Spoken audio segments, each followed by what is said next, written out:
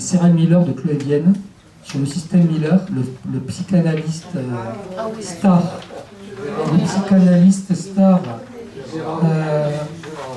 cette enflure de Miller. Donc, je ne sais pas comment on a envie de lui mettre des tartes.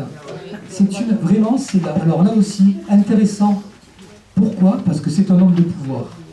Alors Miller, je ne sais pas, c'est quelque part dans mes notes, je ne sais tout. 46. Merci, 46. En fait, typiquement, un homme de pouvoir, de tous les pouvoirs, c'est-à-dire, il est reconnu à l'université. Il est reconnu comme médecin, entre guillemets. Il est reconnu comme, il avait un rapport même avec Lacan. Beau-frère de Lacan, merci.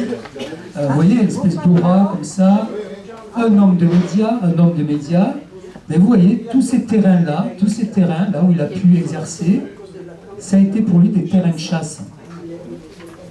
C'est hallucinant, c'est-à-dire ce type qui est un donneur de leçons, mais absolument incroyable, c'est-à-dire que même après l'affaire de Pardieu, il s'est permis d'ouvrir sa gueule une fois de plus, en disant que c'était quand même, en gros, c'était un homme, ça s'empêche, hein, pour reprendre la phrase de Camus.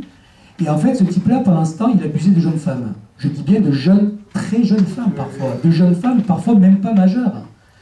Alors, souvent, il avait tendance quand même à s'enquérir de l'âge. Quand il, par exemple, dans l'émission de Ruquier, il tapait dans le public à la fin, tu as quel âge en passant? 18, ou je vais avoir 18 et tout. Bon, et chaque fois avec le même mode opératoire, visite de la maison, visite du cabinet, proposition de séance d'hypnose suivie de massage, plus ou moins appuyé, vous l'aurez compris. Bref, une horreur. Et je trouve que ces mécanismes-là, il ne faut avoir de cesse de les dénoncer, puisqu'en fait, c'est typique. On parlait des hommes de pouvoir tout à l'heure avec le dent poli. On est encore dans le sujet, c'est-à-dire des hommes de pouvoir qui abusent de leur pouvoir.